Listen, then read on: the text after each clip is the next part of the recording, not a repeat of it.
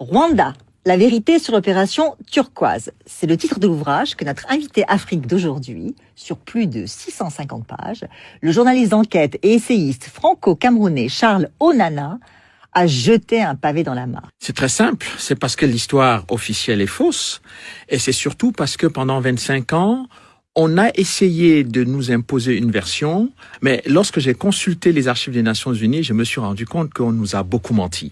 Et donc, quand même important, c'est que lorsque le président Kagame a quand même déposé une plainte devant la 17e chambre contre moi, il n'y avait pas que le président rwandais, il y avait l'État rwandais. Donc, j'ai eu 2 grandes plaintes qui ont été retirées 48 heures avant le début du procès, massivement massacré. Et je pense, et j'ai l'habitude de dire que, en fait, ce que les gens ne comprennent pas dans cette histoire-là, c'était que toute cette aide à Kagame, c'était pourquoi?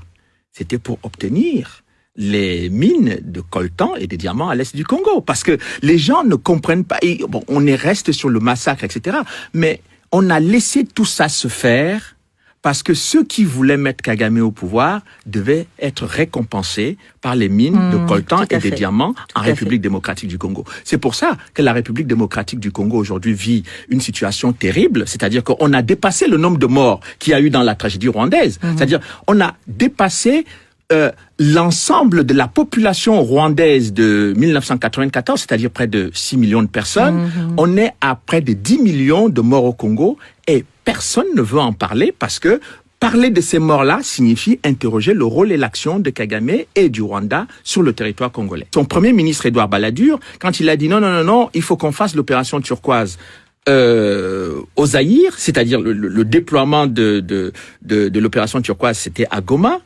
Mais le premier ministre Balladur n'a pas compris que, en fait, Goma était l'aéroport international du trafic de diamants et de coltan que ceux qui avaient placé Kagame au pouvoir allaient utiliser après pour exploiter les ressources du Zaïre. Voilà la stratégie qui a été utilisée. Et quand on ne comprend pas cette interaction entre les mines de coltan et de diamants et de tous les minerais de l'Est du Congo, on ne comprend pas ce qui se passe sur ce on va appeler le génocide au Rwanda. Le politique, c'est qu'on comprenne que la prise de pouvoir de Kagame est liée au renversement de Mobutu, puisqu'en 97, c'est Kagame qui vient renverser le maréchal Mobutu avec l'aide des États-Unis et de l'Ouganda. Qui, soit dit en passant, beaucoup de Congolais ont toujours soutenu cette thèse et ne sont pas du tout entendus jusqu'à présent. Mais aujourd'hui, ils ont des éléments de preuve. C'est-à-dire que, je vais encore beaucoup plus loin que ça. C'est-à-dire que ce que j'appelle l'invasion masquée du Zaïre en 94, quand j'ai analysé la stratégie militaire d'occupation territoriale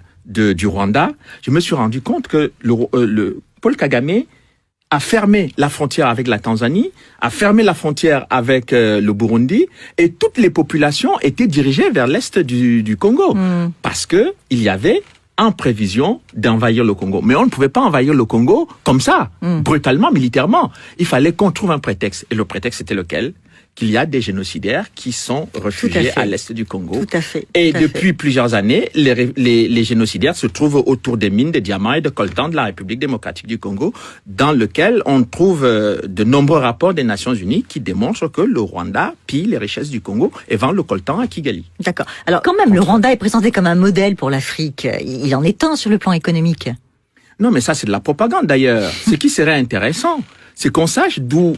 Écoutez, quand on me parle du Ghana, on me dit que le Ghana est un pays qui se bat, mais parce que le Ghana travaille qu'avec ses ressources. Le Ghana ne va pas piller les ressources de son voisin. Bon, alors, le Rwanda, il faut qu'on nous dise d'où viennent les ressources du Rwanda pour faire ce qu'ils sont en train de faire au Rwanda. Je pense que ce soit les Occidentaux ou les Africains qui prennent le Rwanda comme modèle, il faut qu'ils demandent clairement d'où viennent les ressources du Rwanda pour construire ce pays. Si on viole les femmes à l'est de la République démocratique du Congo et qu'on se tait, si on massacre les populations civiles, si on utilise les enfants dans les mines de diamants et de coltan, si chaque jour les populations congolaises sont en instabilité permanente jusqu'à la tête du pays, parce que le Rwanda mène des incursions qui sont aujourd'hui démontrées par la MONUC, je pense que ce n'est pas très sérieux, ce n'est pas très correct.